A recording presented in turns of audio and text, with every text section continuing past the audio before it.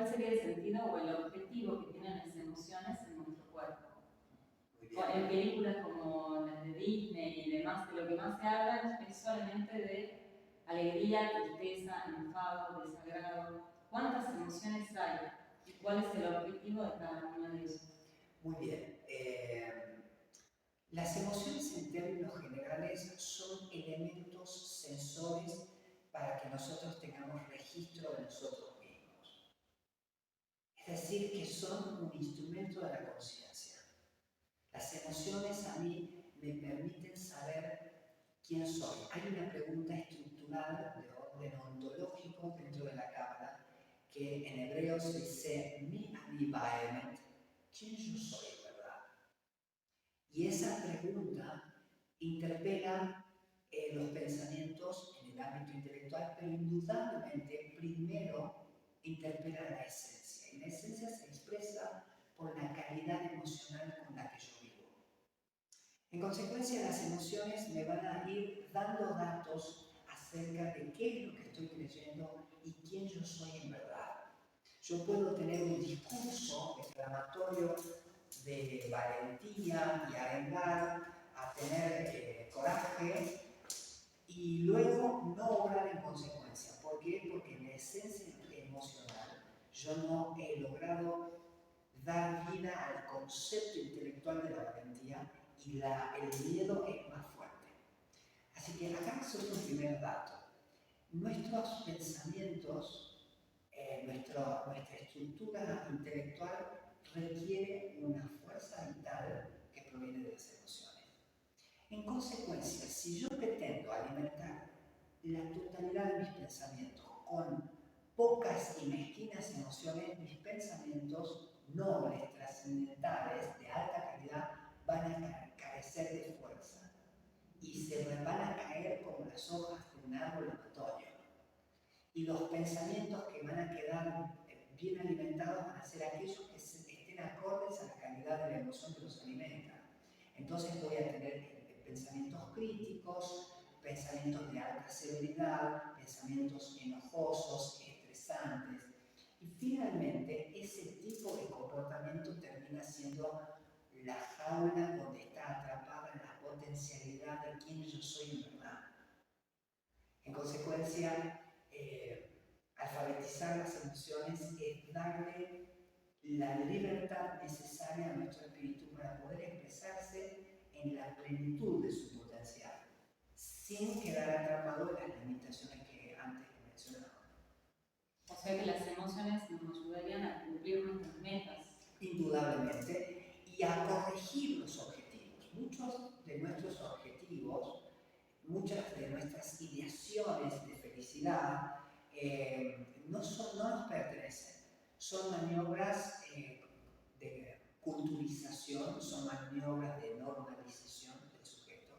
Y en verdad el sujeto dentro tiene un impulso expresivo distinto y que muchas veces a causa de esta combinación entre adquisición de ideas limitantes y falta de alfabetización emocional, el sujeto no encuentra cómo canalizar su verdadera esencia. En consecuencia, es muy común que luego de los 35 años en la mujer, 40 años en el hombre, las personas empiecen a sentir una profunda frustración aún viendo sus logros, porque no se reconocen en los méritos y los logros que obtuvieron. ¿Por qué? Porque esos logros fueron propuestos y pensados por una ideación cultural del inconsciente colectivo, una planificación cultural de las sociedades, pero en ningún momento ha sido incluido ni respetada la singularidad del sujeto. Y cuando el sujeto quiere expresar esa singularidad, no encuentra vehículo. ¿Por qué? Porque esa singularidad apela a un espectro amplio y multicolor de emociones y nosotros pretendemos ofrecerle como alternativa 4 grisáceos colores. La alfabetización de las emociones debería empezar entonces desde las infancias. Indudablemente. Para no llegar a adultos analfabetos. Bueno, desde el punto de vista de la Cábala, nosotros sabemos que Ein Od Milvado, no hay nada fuera de la voluntad del Creador. Las dificultades que nuestra limitación está descubriendo y está venciendo forma parte de nuestro camino de evolución. No hay un problema que esté mal. Quizás lo que yo podría decir que sí no es bueno es quedarse autonarrado en la limitación. Hay que encontrar la limitación y trascenderla.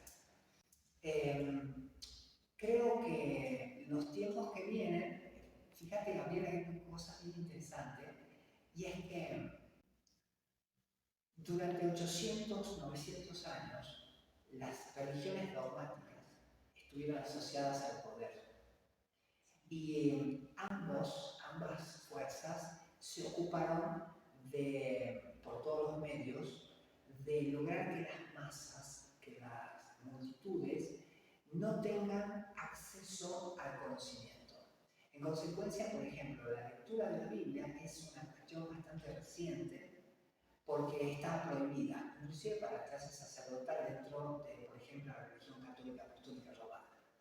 Y eso es una pequeña muestra de cómo el conocimiento trató de se trató de guardar a toda costa para que no se divulgue. Finalmente, la revolución industrial fue necesario que la gente, las masas, adquieran un grado amplio de conocimiento porque necesitaban esclavos calificados. ¿Sí? Entonces hubo que abrir el conocimiento. Y se abrió ese conocimiento en la certeza de que eso no iba a concitar una liberación definitiva de las masas. ¿Por qué? Porque ya en ese momento se tenía claro que el conocimiento sin alfabetización emocional no produce libertad, no produce independencia. Así que fíjate que la neurociencia está aplicada a la publicidad de hoy por hoy, y el lenguaje publicitario, que es un lenguaje muy importante de estudiar porque es un lenguaje de la época. El lenguaje publicitario más eficaz y moderno es un lenguaje simbólico y emocional. ¿Qué estoy diciendo? Estoy diciendo que a principios del siglo XX, para vender un jabón de lavar, tenían en cuenta las emociones. Salió un señor vestido de guardapolvo, un pseudocientífico, explicando procesos químicos, moleculares, inventados o verdaderos, para explicar por qué este jabón funcionaba. Así que se apelaba al intelecto, se apelaba al conocimiento. Es decir, se apeló a la subconsciencia, al pensamiento simbólico, no racional, y al pensamiento emocional. Y una vez más, nosotros tenemos la obligación de alfabetizarnos emocionalmente para que no nos pase como en la época donde el analfabetismo lingüístico, por ejemplo, era una severa limitación que mantenía a las masas pobres.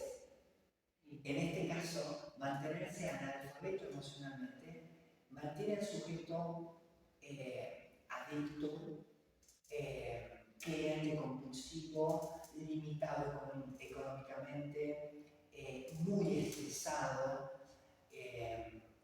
y sin capacidad creativa para, por ejemplo, iniciarse en el emprendedurismo.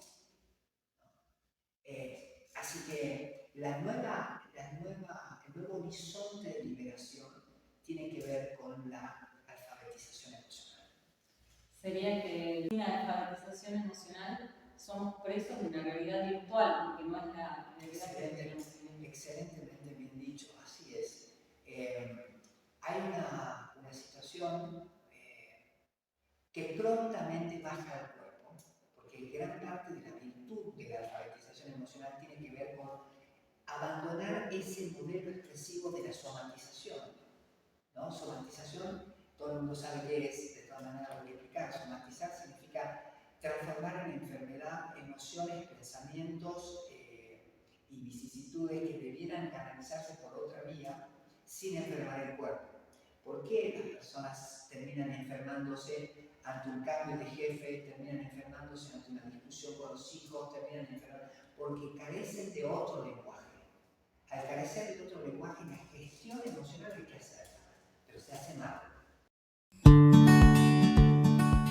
Me preguntaste porque vos sabés que me provocaste todo un entendimiento acerca de las emociones y la inteligencia artificial. Mira, me salió pero fantástico. Porque vengo muy metida en la inteligencia artificial, entonces Mezclé la emocional con la artificial. Sí, Está bueno para hacer lo que no sea humano. pero fíjate, es relativo eso. El problema es que, por ejemplo, la persona que está estudiando psicología, porque su mamá le dijo que tenía que ser alguien en la vida, va a utilizar inteligencia emocional para recibirse prontamente de psicólogo. Pero en ese acto de recibirse está comprando un enorme conflicto interno porque él no está expresado en ese título. Versus una persona que está necesitando datos de orden psicológico para el progreso de su proyecto interno, mi caso, por ejemplo.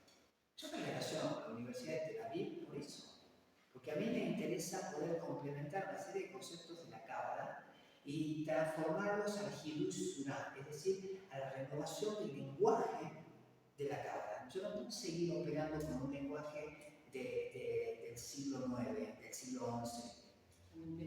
Entonces, adaptarlo. Pero además, más que adaptarlo, es, fíjate, decodificarlo. Porque hoy por hoy la física cuántica, la psicobioendocrinología más avanzada, o por ejemplo la psicología aplicada al lenguaje, están dando un tipo de información valiosísima que me permite a mí volver a los escritos del Rabbi Shlomo y volver a leerlos y encontrar más luz de la que había, ¿no? Entonces, vuelvo. Cuando la persona utiliza la inteligencia artificial para gestionar su propio proyecto personal, lo está haciendo todo muy bien. Pero ¿por qué tiene contacto con su proyecto personal, Gabriela? Porque tiene contacto con sus emociones. A mí me hiciste dar cuenta de esto, de que la mayoría vive en la realidad virtual, porque no es la que uno quiere vivir, es la que la cultura lo hace vivir. Y si no conoce sus emociones, no sabe reconocer qué es lo que quiere, cuál es su realidad humana que viene a vivir. Y vos sabés que ahí en ese punto, hay una fuerza a nuestro favor muy potente, que es, en la Cámara nosotros estudiamos como el Koach Javá, la fuerza del impulso hacia el futuro. Y es que en nosotros hay una parte nuestra que no ha negociado con la presión externa y mantiene la llama de nuestra esencia y de nuestro proyecto interno. Y entonces, esa disociación entre la persona construida para el afuera y el verdadero fuego interno generalmente provoca dolorosas crisis, lleva a territorios de mucho sufrimiento a la persona. Y todo esto es de alguna manera evitable o gestionable mejor alfabetizándose oportunamente.